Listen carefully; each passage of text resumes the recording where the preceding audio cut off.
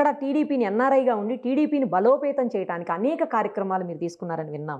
అవునండి. ఎలాంటి కార్యక్రమాలు? ఎందుకంటే చంద్రబాబు నాయుడు గారు కూడా రెగ్యులర్‌గా మీతో టచ్‌లో అవును. ఉంటారు. అక్కడికొచ్చినప్పుడైతే ఇద్దరు కలిసే ఉంటారు అని కూడా విన్నాము. ఎన్ఆర్ఐ టీడీపీ తరఫున తెలుగుదేశం పార్టీ ఇక్కడ పిలిపించే ప్రతి కార్యక్రమానికి అక్కడ సంఘీభావంగా అమెరికాలో కూడా చేసేవాళ్ళం.